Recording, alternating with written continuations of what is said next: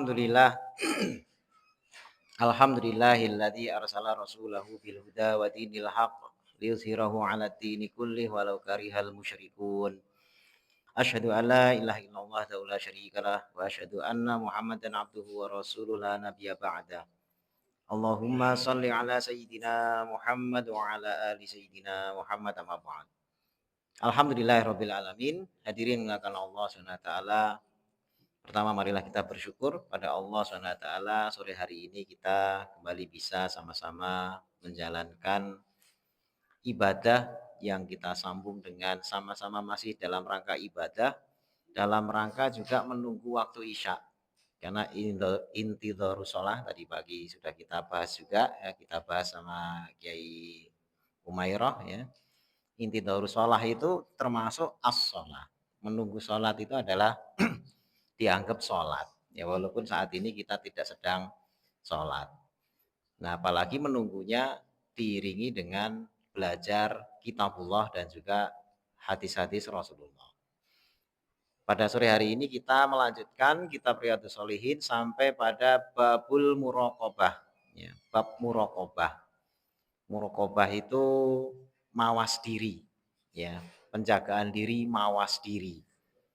Di mana seseorang yang mawas diri itu merasa dirinya diawasi oleh Allah Subhanahu wa taala. Itu sifat muraqabah. Makanya ada malaikat pencatat yang namanya raqib ya dan juga atid ya. Itu yang menjaga dan mengawasi manusia ya. Kita baca dulu ayat-ayat yang ada di bab ini. Qala Allahu taala A'udzu billahi minasyaitonir rajim. Alladzi yaraka hina taqum wa taqallubaka fis sajidin. Alladzi dia zat yang yaraka melihatmu wahai Muhammad hina taqum ketika engkau berdiri salat maksudnya. Wa taqallubaka dan bolak-balikmu fis sajidin di tengah-tengah orang yang bersujud. Ya. Ini surat Syu'ara ya, ayat 218 dan 219. Syu'ara itu surat ke-26 ya, Syu'ara. Jadi Allah SWT melihat ketika kita melakukan ibadah ya, ketika berdirinya, ketika rukuknya dan juga ketika sujud ya, diawasi oleh Allah SWT. Ketika kita ibadah, kita sedang diawasi oleh Allah. Makanya ibadah itu ada hal-hal yang karena Allah itu ibaratnya sedang mengawasi. Ada beberapa hal yang nggak boleh ya ketika kita sedang menghadap kiblat gitu-gitu ya. Dalam artian bukan jangan diterjemahkan Allah di depan kita gitu ya. Nggak boleh kita istilahnya menjihad gitu. Menjihad itu menunjuk ya menunjuk arah karena Allah itu jangan ditunjuk arahnya. Jadi seperti misalnya kalau melihat sholat ke kiblat gitu ya. Dalam rangka menghargai kalau misalnya terpaksa meludah misalnya, maka meludah ke kiri ya dengan sapu tangan atau apa. Kalau dulu langsung ke bawah gitu ya. Karena dulu sholatnya itu di pasir, langsung ke bawah. Nah, itu hal-hal yang menghormati arah arah muka karena kita sedang istilahnya menghadap Allah. Kemudian juga dalam sholat, ini dalam sholatnya, itu makruhkan mengusap wajah. Ya lagi sholat kok gini ya gitu tuh nggak boleh gitu. Jadi paling bagus ya menghadap, kalau ada apa-apa misalnya perlu gerakan ya terbatas, garuk atau dan sebagainya, tapi jangan mengusap wajah, mengusap muka gitu ya. Makanya dalam bahasan di kitab Syarah Muhadzab ya karya Imam Nawawi itu ketika orang doa kunut ya, doa kunut. Itu pun juga beliau tidak menyukai untuk selesai sholat itu doa itu mengusap wajah. Ya, karena mengusap wajah ketika sholat itu masalah gitu ya. Walaupun ketika doa bukan kunut tapi ya doa biasa dan sebagainya selesai doa Ya, ini ada ikhtilaf gitu ya, mengusap wajah gitu ya. Karena itu ada dalil hadisnya, walaupun ada yang mempertentangkan tentang masalah sahih tidaknya ya. Kalau yang dianggap sahih ya habis doa mengusap wajah. Ada yang cukup habis doa langsung ditaruh, kita ada juga karena menganggap karena dalilnya kurang kuat. Tapi tidak ada masalah gitu ya. Nah, ini tentang apa namanya, betapa kita tuh diawasi oleh Allah gitu ya dalam sholat kita, sehingga ada beberapa hal itu kita jaga adab-adab ketika sholat. Berikutnya, qala Allah Ta'ala, wa huwa ma'akum ainama kuntum. Ini surah Hadid ya ayat keempat. Wahwa dan dia ma'akum bersama kalian ainama kuntum dimanapun kalian berada. Nah ini kalau apa namanya disebut Allah bertempat jadi bingung. Ya, kita pindah tempat kok selalu bersama kita. Ya, bersama kita lantas di mana gitu ya. Padahal tidak hanya satu orang. Ya kan ketika bersama si fulan, fulan ada di Indonesia, si fulanah ada di Amerika, ayat ini kan berlaku untuk semua. Jadi kalau Allah itu ada di satu tempat jadi agak bingung ya. Makanya para ulama dulu tuh ketika menerjemahkan istawa alal ars itu tidak diterjemahkan bertempat di al ars ya. Tapi ya istawa aja udah. Ya bersemayam ya, tapi jangan dikatakan itu tempatnya di sana. Ya. Itu apa nama terkait sama pemahaman akidah. Qala Allah Ta'ala innallaha la yakhfa 'alaihi syai'un fil ardi wala fis sama. Ini surat Ali Imran ayat ke-5. Innallah sungguhnya Allah la yakhfa 'alaihi tidak tersembunyi atasnya. Ya, tidak bersembunyi atasnya. Syai'un sesuatu pun fil ardi di bumi wala fis sama dan juga tidak di langit. Semuanya tidak ada yang luput dari pengawasan Allah. Nah ini sesuai dengan babnya, muraqabah, mawas diri. Semuanya diawasi oleh Allah baik di langit maupun di bumi. Wa qala ta'ala dan ayat yang lain Allah berfirman, "Inna rabbaka labil mirsad." Ini surat Al-Fajr. Ya, surah Al-Fajr ayat 14. Inna rabbaka sungguhnya Tuhanmu itu labil mirsad, sungguh benar-benar mengawasi. Ya, benar-benar mengawasi. Wa qala ta'ala dan firman Allah Ta'ala, "Ya'lamu kha'inatal a'yun." Dia Allah mengetahui khianatnya mata. Yang lirak-lirik apa itu Allah mengetahui. Gerakan mata itu Allah mengetahui. Wa ma tukhfi sudur dan apa-apa yang hati atau dada itu menyembunyikan. Ya, apa yang tersembunyi di dalam dada. Wa ma tukhfi sudur. Ini surah Al-Ghafir ayat 19 ya. Allah mengetahui khianatnya mata. Orang-orang soleh yang khusus, yang kasyaf kalau bahasa ini itu kasyaf itu tersingkap. Makanya ada istilah mukasyafah gitu ya. Mukasyafah itu ada orang-orang ya biasanya para nabi, ya orang-orang yang dikehendaki oleh Allah itu bisa melihat yang gaib. Ya, bisa melihat yang gaib. Karena di surah Al-Jin gitu ya. Itu yang gaib itu tidak ada yang bisa mampu melihat kecuali Allah. Dan ya ila manir tadomir rasulin ya, kecuali orang-orang yang diridhoi oleh Allah untuk bisa melihat yang gaib-gaib. Mir rasulin dari kalangan rasul-rasul. Ya, itu jadi ada segolongan hamba-hamba Allah yang memang dikehendaki oleh Allah bisa lihat yang gaib. Ya salah satunya nabi, rasul dan memang orang-orang yang dikehendaki oleh Allah. Itu di surat Jin ya. Nah, pernah suatu ketika salah seorang sahabat ya, itu ngelirik ya ngelirik apa namanya? Ya wanita gitu ya. Dan itu kalau lirikan pertama itu kan hak, boleh gitu ya. Tapi kalau lirikan kedua masalah. Ada yang suka lelucon. Lirikan pertama jangan sebentar, lama gitu kan, itu yang boleh. Yang lirik 10 menit gitu ya, itu namanya ya nggak boleh segera lirik itu kan ini apa, haram ya segera berpaling. Jangan lirikan pertama boleh, lirikan kedua baru dilarang. Begitu yang pertama 10 menit gitu ya. Nah itu, jadi ketika ada eh, lirikan khianat tadi itu, melihat sesuatu yang haram, itu Nabi lihat bekasnya di mata seseorang. Kamu habis ini ya, jadi kelihatan dia apa namanya, entah matanya itu menurut pandangan Rasul itu apa namanya, ada bekas entah merah, entah apa, tapi Rasul tahu, mata kamu habis khianat, gitu. Itu Nabi tahu, ya karena memang dikehendaki tahu oleh Allah. Nah, apalagi Allah sendiri gitu ya. Jadi apa, ya'lamu kha'inatal a'yun. Allah mengetahui khianatnya mata, wa ma tukhfis sudur, dan apa yang ada dalam. Makanya mata kita tuh lihat kemana kemana kemana, itu sudut pandang Allah, Allah Maha tahu. Ya Allah Maha tahu. Jangankan Allah, nabinya saja seringkali dikasih tahu. Sebagian imam mazhab itu ada yang kasyaf. Ya salah satunya itu Imam Abu Hanifah. Imam Abu Hanifah itu Imam Hanafi. Itu kasyaf. Kasyafnya apa?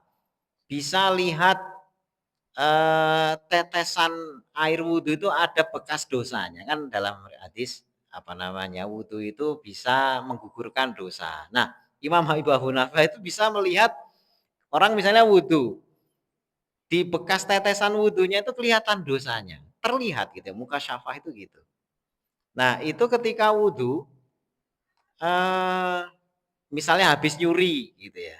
Itu ya tetesan, wah ini nyuri. Jadi akhirnya beliau itu lihat kemana-mana, waduh ini kok orang habis ngapain-ngapain tuh aibnya terbuka semua. Tapi kemudian beliau berdoa kepada Allah, ya Allah hapuskan kasaf yang ini. Ya keistimewaan ini diminta, karomah yang itu untuk diminta dihapuskan. Kenapa? Saya tidak ingin melihat aib saudara saya. Ya biarkan itu jadi rahasia antara dia dengan Allah. Jadi misalnya habis ngapain-ngapain kelihatan dari bekas wudhunya. Itu beliau mampu melihat begitu. Ya kalau kita tahu begitu, wah ini habis apa namanya, saya wudhu gitu ya. Wah ini habis ngomong nggak bener ini gitu ya. Habis nipu ini omongannya ini. Karena wudhunya air ketika kumur keluarnya juga menunjukkan itu misalnya. Dan beliau merasa tersiksa karena dengan cara itu beliau susah untuk husnudon kepada sesama muslim. Padahal sama muslim bisa husnudon itu kalau kita tidak tahu apa-apa. Nabi saja mencegah orang menceritakan segala sesuatu yang sekiranya nggak perlu kepada beliau. Saya ingin keluar rumah menjumpai umat Islam, ya kaum muslimin dalam hati bersih. Itu Nabi begitu. Walaupun Nabi bisa ngelihat tadi khianat di mata dan sebagainya, tapi beliau itu kan keistimewaan, ya keistimewaan. Tapi beliau pengen ketemu seluruh umatnya dalam keadaan hati bersih, sehingga tidak perlu melihat aib orang. Nah, tapi kalau Allah Maha tahu. Nah, makanya muka syafaat tadi itu ya keistimewaan, tapi ternyata buat Imam Abu Hanifah itu beban. Akhirnya beliau berdoa agar biar tetap bisa husnuzon kepada sama muslim, itu apa namanya, dihilangkan saja keistimewaan itu. Hadis-hadisnya, hadis yang pertama, nah ini hadis terkenal, masyhur, banyak dimuat di kitab-kitab, ya termasuk Arba'in Nawawi juga ada, ya ini tentang rukun iman Islam, rukun Islam, iman dan ihsan. Wa amal ahadis, adapun hadis-hadisnya, fal awal yang pertama, an Umar ibn Khattab radhiyallahu anhu qala, dari sahabat Umar bin Khattab beliau berkata radhiyallahu anhu. Bainama nahnu julusun inda Rasulillah. Suatu ketika kami duduk di sisi Rasulullah sallallahu alaihi wasallam data yaumin, pada suatu hari. Ittala'a alaina rajulun. Ketika muncul atas kami rajulun, seseorang. Syadidu bayat, sangat putih asyabi bajunya.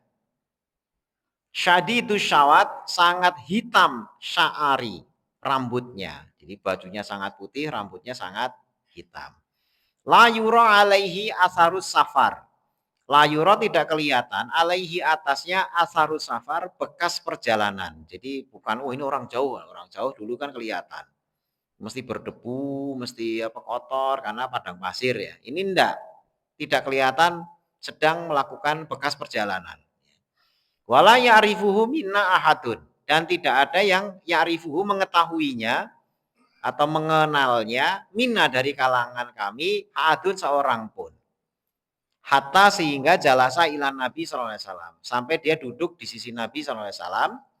Fa'asnada rukbataihi, maka dia menyandarkan rukbataihi, lututnya, dua lututnya, ila rukbataihi, ya, kepada dua lututnya Nabi. Jadi lutut dengan lutut itu nempel, menyandarkan lutut dengan lutut. Wa wadoa kafahi ala fakhidai, dan meletakkan dua tangannya itu ke atas pahanya. Wakola, dan dia berkata, ya Muhammad. Ini langsung manggilnya agak jangkar, padahal kan sebenarnya Nabi tidak boleh gitu. Ini agak aneh gitu ya. Ya Muhammad, wahai Muhammad. Karena di surat kemarin kita sudah belajar ya, karena manggil Nabi itu nggak boleh langsung nama. Ya, tapi ya Rasul atau ya Nabiullah. Tapi orang ini datang langsung nyebut ya Muhammad. Akhbirni anil Islam. Kabarkan padaku tentang Islam. Faqala Rasulullah SAW, maka bersabda Rasulullah SAW, al-Islamu, Islam itu antasyhada alla ilaha illallah. Yang pertama bersyahadat, bersaksi, bahwasanya engkau bersaksi bahwasanya tidak ada ilah selain Allah. Wa anna Muhammad dan Rasulullah, dan bahwasanya Muhammad itu utusan Allah. Wa tuqimas shalah, dan engkau menegakkan salat, wa tu'tiyaz zakah, dan engkau menunaikan zakat. Wa tasuma Ramadan, dan engkau berpuasa Ramadan. Wa tahujjal bait, dan engkau berhaji ke Baitullah. Inistata'ta, jika engkau mampu, ilaihi kepadanya, kepada Baitullah itu sabila perjalanannya. Jika mampu perjalanan menempuh perjalanan ke Baitullah. Itu 5 rukun Islam. Kala orang itu yang bertanya tadi berkata, sodakta, engkau benar. Nah, mulai di sini sahabat-sahabat, fa'ajibna, maka kami heran. Ini ajibna itu kami, ajib itu heran. Lahu kepadanya. Ya heran kepada orang itu. Yas'aluhu, dia menanyakannya, wa yusaddikuhu, tapi juga membenarkan. Nah, ini orang berarti ngetes ini. Orang nanya kok terus kabarkan tentang Islam, beritahu, ya betul. Gitu. Berarti ngetes ini gitu ya. Jadi dia bertanya terus membenarkan. Kola, dia berkata lagi, fa'akhbirni anil iman, maka beri kabar kami tentang beri kabar aku tentang iman. Kola, Rasulullah bersabda, antuk minabillah, bahwasanya engkau beriman pada Allah, wa malaikatihi, dan kepada malaikatnya, wa kutubihi, dan kepada kitab-kitabnya, wa rusulihi, dan kepada rasul-rasulnya, wal yaumil akhir, dan juga beriman pada hari akhir, wa tu'mina bil qadar, dan beriman kepada takdir, khairihi, baiknya, wa syarihi, dan buruknya. Ya, beriman kepada takdir baik dan buruk. Qala, dia berkata lagi, sodakta, engkau benar ya Muhammad. Qala, berkata orang itu lagi, fahbirni anil ihsan, beri kabar aku tentang ihsan. Ihsan itu apa? Qala, bersabda Rasulullah, anta budallah ka'annaka tarah, bahwasanya engkau menyembah Allah seakan-akan kau tarohu, melihatnya. Fa'ilam takun taroh, fa'in maka jika, lam tidaklah takun adalah engkau itu tarohu bisa melihatnya, fa'inahu maka sesungguhnya dia Allah itu yaroka, dia bisa melihat dirimu. Kala orang tadi bertanya lagi, fahbirni anis sa'ah, beri kabar aku tentang kiamat. Ya, maksudnya kapan kiamat itu. Kala, bersabda Rasul, mal mas'ulu anha bi'a'lama minasail. Ma tidaklah al mas'ul yang ditanya anha tentangnya, tentang hari kiamat itu, bi'a'lama lebih tahu minasail daripada yang bertanya. Jadi si penanya dan si penjawab sama-sama tidak tahu. Ya, jadi yang ditanya dengan yang bertanya sama-sama enggak tahu. Ini jawaban Rasul gitu. Kola, orang tadi bertanya lagi. Fa'akhbirni an amarotiha. Kabarkanlah kepadaku amarotiha. Amarotiha itu tanda-tandanya. Kola, bersabda Rasul. Antalidal amatu robbataha. Bahwasanya melahirkan budak perempuan itu robbataha, tuannya. Wa antara, dan bahwasanya engkau melihat al-khufata, orang yang telanjang kaki. Kalau orang Jawa itu cekeran gitu ya. Nyeker gitu. Itu khufah. Kemudian urota, telanjang, telanjang badan. Al-alata, fakir. Fakir itu ya nggak punya harta. Ria asyai, ini kalangan penggembala. Yatatawalu nafil bunyan, mereka itu berlomba-lomba dalam bangunan.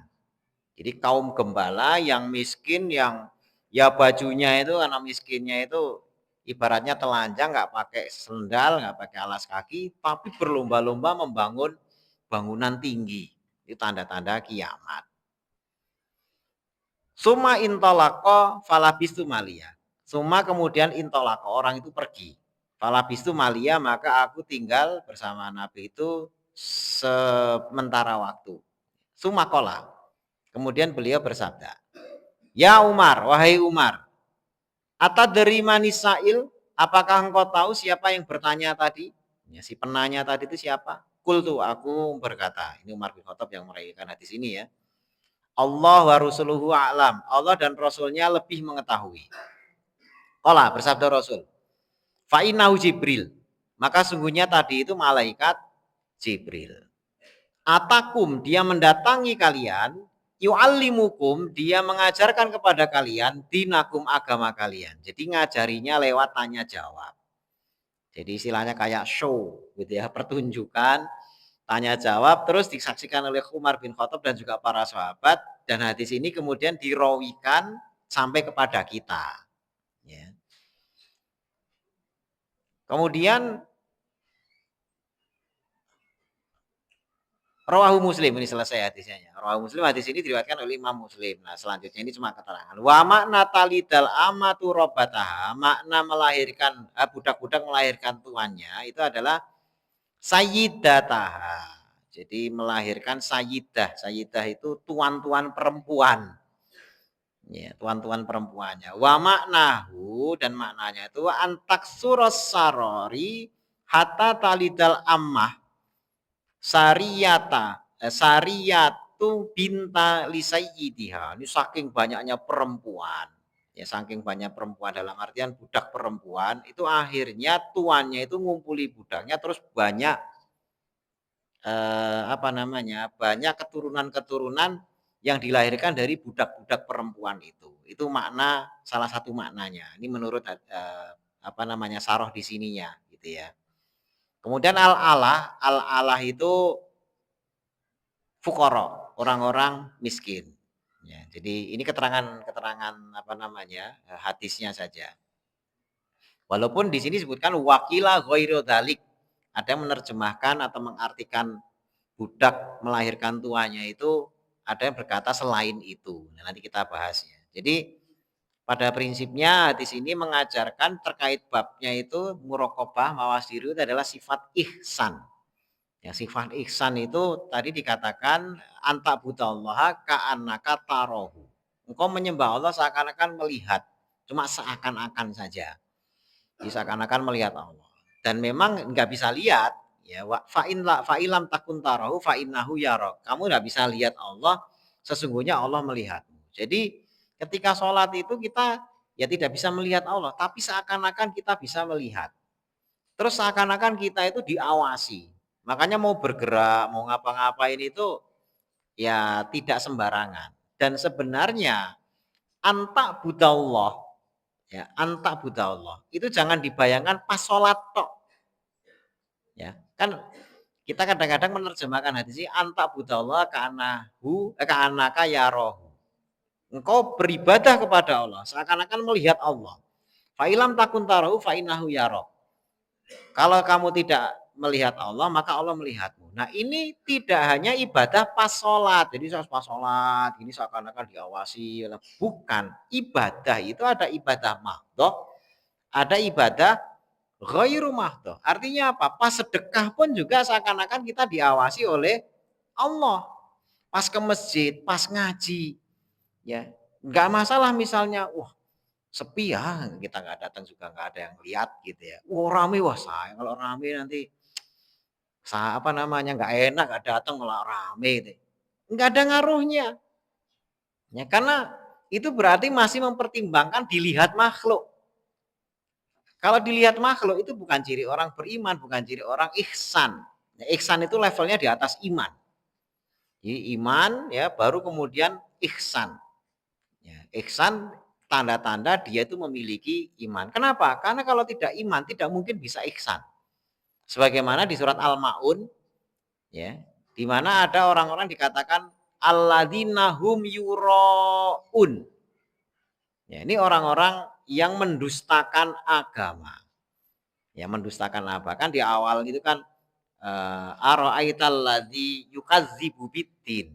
Ya, tahukah kamu siapa orang mendustakan agama? Nah, terus jelaskan ciri-cirinya terhadap anak yatim gimana menghardik, nggak mau ngasih makan gitu ya. Nah, terus celaka dia walaupun sholat tuh celaka. Bukan karena sholatnya, tapi karena alladzina hum yuraun. Ya. Mereka itu dengan sholatnya sudah mundur-mundur gitu ya, waktunya ditambah ria. Ria itu pengen pamer. Terus ditambah lagi satu ciri. Wayam naun al maun. Ya, dan dia mencegah al maun. Al maun itu apa? Al maun itu sebenarnya ini yang kadang-kadang ini penting ya karena ini paling paling rinci ya paling rinci. Al maun itu adalah perkakas rumah tangga. Sendok, terus apa namanya panci, pisau, perkakas rumah tangga. Di Al-Quran biasanya diartikan barang-barang berguna. Gitu ya. Tapi sebenarnya al-ma'un itu barang remeh-temeh yang ada di rumah ya, palu kah yang apa, obeng yang itu termasuk semuanya termasuk al-ma'un. Nah, orang yang tidak beriman, yang suka riya, yang ya yukadzibu bidin mendustakan agama.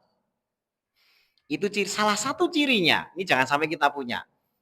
Ketika dia dipinjam tetangganya, Pak, pinjam obeng dong. Itu dia yamnaun. Yamnaun itu menolak, menahan. Ya. Mungkin udah pernah ya dapat tafsir ini ya? Belum. Kalau belum sekalian. Karena ini watak orang beriman yang terkait sama sifat di sini itu ya. Kalau ihsan itu merasa diawasi. Tapi kalau yukadzibu bidin itu yuroun, ya pamer gitu ya. Terus wayam naun al maun. Ya penting dia dilihat orang. Tapi begitu Pak, ada sendok nggak pinjem? Sendok aja, wah jangan loh. Begitu ini sayang sendok kita kan perak nanti begini begitu lah kayaknya. Dipinjemi obeng, mungkin tangga atau apa, waduh kikir gitu ya. Itu yamnaunal maun. Al maun itu barang-barang perabot yang remeh-remeh. Itu yang remeh-remeh aja pelit gimana yang gede gitu ibaratnya kayak gitu. Gitu ya. Nah ini kembali lagi kepada ini ihsan, mawas diri itu merasa diawasi Allah, ibadahnya apapun ya, bahkan tadi itu yang sepele tadi minjemi apa ke tetangga, bantu hal-hal yang ya buat muamalah hari-hari itu dia bisa menjalani dengan merasa diawasi oleh Allah. Makanya orang-orang yang seperti ini yang muraqabah tidak perlu CCTV. Ya, kan ada tuh kadang-kadang orang tuh pakai fake fake CCTV, fake webcam. Ya. Fake webcam itu dipasangi kalau di sini ada kayak gini nih. Ini webcam kan ya. Ada apa namanya kamera CCTV. Tapi fake, fake itu palsu. Cuma sekedar biar orang tuh takut. Ya, terus itu dikasih tulisan, ruangan ini diawasi oleh CCTV. Akhirnya maling juga nggak berani, gitu ya. Karena ya lebih takut itu daripada takut Allah. Takut itu daripada takut Allah. Itu hanya untuk orang-orang yang tidak beriman sebenarnya. Kalau orang beriman ngapain pakai itu? CCTV-nya itu sudah 360 gitu ya. Muter gitu, diawasi. Tidak hanya 360 atas bawah juga. Ya, atas bawah juga. Karena nggak ada yang terlewat. Tapi kalau orang tidak beriman, 360-nya itu adalah syaiton. Karena syaiton itu di salah satu ayat menyebutkan, saya akan kerahkan bala tentara saya dari depannya, dari belakangnya, dari kirinya, dari kanannya, dari atas dan bawahnya. Itu syaitan itu 360 muter. Ya, kan ada istilah sekarang itu kamera 360 itu ya, yang kalau di map, ya kalau di map itu bisa diarahkan ke atas, ya diarahkan ke bawah, itu kamera 360. Nah itu kalau orang tidak beriman, yang bekerja 360 itu syaitan. Tapi kalau orang-orang yang beriman, itu kayak CCTV-nya itu Allah. Sehingga mau ngapa-ngapain hati-hati, ngomong pun hati-hati. Nggak usah ngomong, ngelirik saja itu matanya juga hati-hati. Ya mau ngelirik aja itu udah hati-hati, walaupun nggak lihat. Ya, ngelirik aja itu nggak ada yang lihat gitu ya, itu hati-hati. Nah itu pentingnya muraqabah. Nah kalau seperti di negeri kita ini, ya, kejahatan-kejahatan terjadi, banyak orang beriman, kadang-kadang institusi pesantren, di sana ada ya kejahatan-kejahatan moral dan sebagainya, itu berarti muraqabahnya ini kurang. Ini problem paling besar. Karena begitu tidak diawasi terus jadi orang yang berbeda. Ya. Di kota-kota besar yang pengawasan kemasyarakatannya kurang, yang individualnya itu besar, potensi orang berbuat jahat itu besar. Ya, tapi kalau makanya pentingnya kita kadang-kadang 17-an ngumpul, ada acara yang sifatnya bareng-bareng warga diajak, itu adalah dalam rangka ya kita saling ngawasi. Loh nanti kan merasa diawasi, enggak apa-apa. Pengawasan manusia itu tidak ada masalah, urusan dia beramal gak ikhlas karena diawasi tetangganya, tapi setidaknya kejahatan itu tercegah. Ya, karena ada kejahatan-kejahatan yang perlu dicegah, baik pelaku kejahatan itu meninggalkannya ikhlas atau tidak. Kalau dia tidak melakukan kejahatan, tidak ikhlas, tidak masalah, karena kita terhindar dari kejahatannya. Ada CCTV sehingga dia nggak berani maling. Ya, berarti dia tidak ikhlas meninggalkan maling itu karena gara-gara CCTV. Tidak ada masalah, yang penting barang kita kan nggak hilang. Ya, barang kita nggak hilang, daripada dia wah ini nggak ada CCTV terus nyolong gitu ya. Karena yang namanya kejahatan tercegah itu penting buat masyarakat. Ya, masalah yang mengerjakan itu tercegahnya gara-gara takut ketahuan, takut kerekam, takut ini, takut itu, tidak ada masalah. Yang paling baik orang itu meninggalkan kejahatan takut kepada Allah. Tapi kalaupun tidak, setidaknya ya karena kita waspada, karena kita saling menjaga dan sebagainya. Walaupun itu masih asbab makhluk, setidaknya kemadorotan kejahatan itu bisa terhindar. Itu minimal gitu ya. Berikutnya, oh ya ini tanda kiamat belum ya. Tanda kiamat tadi ya melahirkan budak melahirkan tuannya, ada yang menerjemahkan di mana terlalu banyak budak wanita. Terus akhirnya melahirkan anak-anak dari tuannya. Itu sudah terjadi sebenarnya. Dulu zaman ketika Islam itu makin bertambah kekuasaan, kan banyak tawan-tawanan, budak dan lain sebagainya. Ada yang sebagiannya dimerdekakan, ada juga yang kemudian dinikah. Ada yang statusnya tetap budak dan budak itu ada hak untuk dikumpuli. Walaupun setelah itu kemudian bisa dimerdekakan, gitu. Tapi kemudian lahirlah anak-anak budak. Nah, ketika bukan pendudukan ya, wilayah Islam tuh sampai ke Eropa apa gitu ya. Itu makanya kan orang-orang Eropa itu suka menggambarkan Islam itu dengan gambaran-gambaran perempuan, harem, ya istilahnya harim harem gitu ya. Punya harem banyak, simpenan, gundi gitu ya kalau bahasa ininya. Itu bayangan mereka. Padahal mereka lebih keji. Ya, lebih keji. Tapi apakah sebenarnya itu ada? Ada. Budak perempuan itu ada. Dan itu halal. Itu halal. Hanya tidak sebagaimana gambaran orang-orang yang kemudian jadikan gundik apa untuk itu memuaskan nafsu dan sebagainya. Tetapi waktu itu ada. Sehingga budak-budak melahirkan tuan itu ya ada. Artinya ini penggambaran Islam itu memang sudah meluas, menaklukkan, ada yang kemudian dibebaskan, ada yang tetap menjadi budak. Ya, itu salah satu penafsiran. Penafsiran yang lain adalah orang tua melahirkan tuannya, budak melahirkan tuannya itu adalah ada ini sebagian ya. Ini para ulama-ulama mutakhirin tuh ya anak-anak yang durhaka kepada orang tua.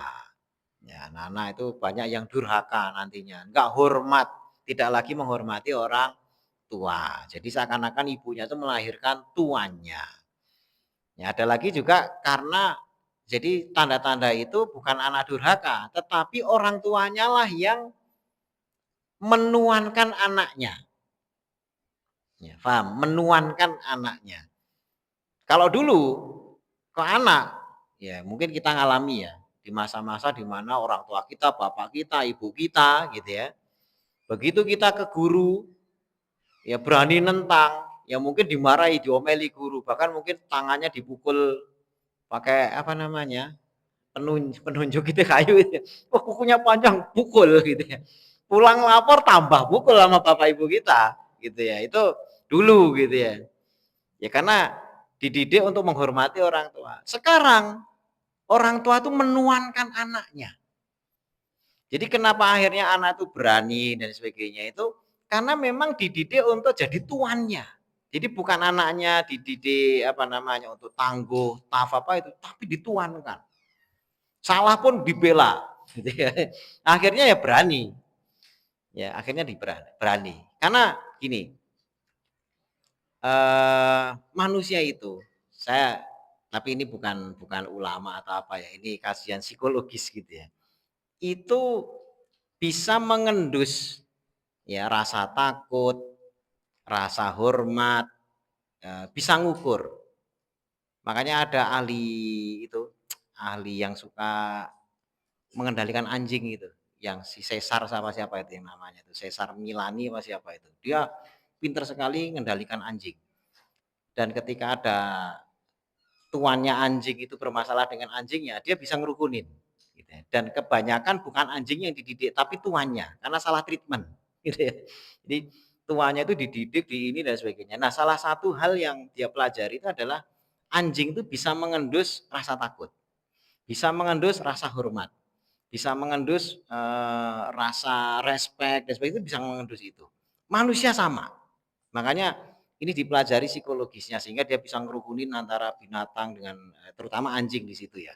Sehingga ketika kita digonggong oleh anjing, itu sebenarnya adalah tes psikologis. Ketika gonggongan itu kita menampakkan rasa takut, anjing langsung mengambil keputusan posisi saya lebih tinggi daripada dia, maka dia berani ngejar. Ya, jadi gonggongan itu adalah test the water, itu bahasa sekarang itu. Ngetes kondisi siapa yang dihadapi. Ketika gonggongannya kenceng, frekuensinya tinggi, orangnya takut, wajahnya pucat, hajar. Ya. Tapi kalau digonggong, kita malah balik, wah apa yang ambil batu, lari.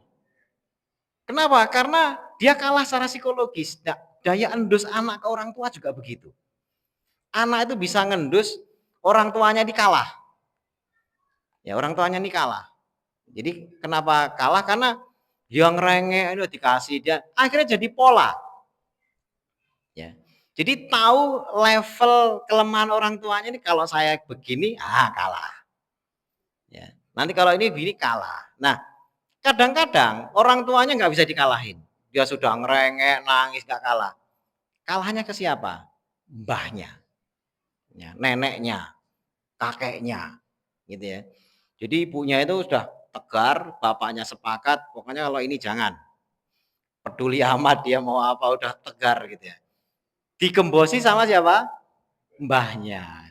Wah, mbahnya, "Loh, tahu-tahu kok bawa minuman apa?" Waduh, ini jebol juga gitu ya. Kalau sama mbahnya kita kan hormat.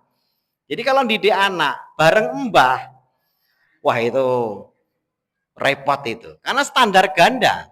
Ya, anak ketika dididik standar ganda, dia bisa ngukur, bisa mengendus, nggak tembus orang tua, tembus neneknya. Itu terjadi di semua keluarga karena manusia itu bisa mengendus respect, ketakutan, rasa itu bisa diendus. Dan negosiasi anak dan orang tua itu setiap hari berjalan. Makanya ketika mendidik manusia, si Cesar tadi bilang sebenarnya lebih banyak saya itu bisa didik anjingnya, tapi manusianya lebih banyak saya ajari agar si anjing ini bisa mengendus apa yang dikehendaki oleh tuannya. Ya, karena kalau tuannya terlalu membiarkan, ini pecicilan ini mesti anjingnya ini. Wah, nggak bisa dididik apa-apa. gonggong apa, tapi ketika orang tuanya tegas, "Eh," gitu ya, "duduk," gitu ya, itu anjingnya juga akhirnya mapan. Makanya dia itu kepada anjing itu cuma dipentelengin begini, dia ini tunduk, ya. Karena memang dia tahu psikologisnya. Nah, manusia tuh bisa dibegituin, ya, dengan ilmu tentu saja, gitu ya. Karena ada orang-orang yang memiliki wibawa tertentu yang jejer sama dia itu orang langsung terasa wibawanya. Ya terasa wibawanya, termasuk Rasul itu punya yang begitu itu. Makanya Rasul bersabda atau apa tuh bekasnya luar biasa, sehingga sabda-sabdanya tuh coba bayangkan, ada nggak orang yang dihafalin omongannya sampai sejuta hadis gitu ya. Itu Imam Ahmad itu hafal perkataan Rasul berserta rawinya itu sejuta hadis, artinya sejuta perkataan dari Rasul dihafalin. Artinya apa? Ungkapan kata-kata yang keluar dari Rasul itu mesti ungkapan-ungkapan yang mudah diingat, yang padat gitu ya. Seperti ini kan hasil hafalan ini. Yang sampai kepada kita, kitab hadis itu hasil hafalan yang direkam oleh para sahabat. Nah, makanya ini satu hal. Nah, kemudian tentang gembala, ini sebenarnya dulu mungkin orang nggak terlalu ngeh. Ini maksudnya apa gitu ya. Dulu waktu saya belajar hadis ini zaman Orde Baru. Ya, masih zaman SMA tuh ngaji hadis ini. Itu dicemoohkan karena waktu itu Pak Harto tuh suka pembangunan gitu ya. Nah, itu terjemahannya hadis ini menggambarkan zaman sekarang. Kenapa? Ya Pak Harto itu dulu penggembala, sekarang senangnya membangun-bangun gitu. Waduh, ini kok diterjemahkan Pak Harto gitu ya. Tapi ya itulah versi keterbatasan ilmu. Tapi sekarang hampir semua orang di seluruh dunia bisa menyaksikan kaum gembala di Arab, entah di Abu Dhabi, entah di Uni Emirat, entah di apa yang Dubai dan sebagainya. Itu kan dulu kaum gembala. Ya, makannya dari ya hasil gembalaan, kambing, biri-biri gitu ya. Sekarang lihat bangunannya. Dulu nggak ada. Mereka berlomba-lomba. Tiap tahun ada bangunan tinggi. Berlomba ini dulu rekornya sekian lantai, sekarang rekornya sekian lantai. Berlomba-lomba. Ya, bahkan di pinggir Masjidil Haram, dulu kan ya bangunannya biasa aja. Sekarang, wah itu luar biasa. Dan itu dulu kaum gembala juga. Artinya tanda-tanda itu makin kelihatan. Bukan ini bukan keburukan, bukan. Tanda-tanda. Ya, tanda-tanda bahwasanya kiamat itu sudah dekat. Baik, ini sudah bisa ya satu hadis. Ya, ini hadisnya panjang juga. Yang mudah-mudahan bermanfaat ya, sebagai tambahan ilmu. Saya mohon maaf kalau ada salah kata. Kita akhiri sekian, kita tutup doa kafaratul majelis. Subhanakallahumma bihamdika asyhadu alla ilaha illa anta astaghfiruka wa atubu ilaik. Assalamualaikum warahmatullahi wabarakatuh.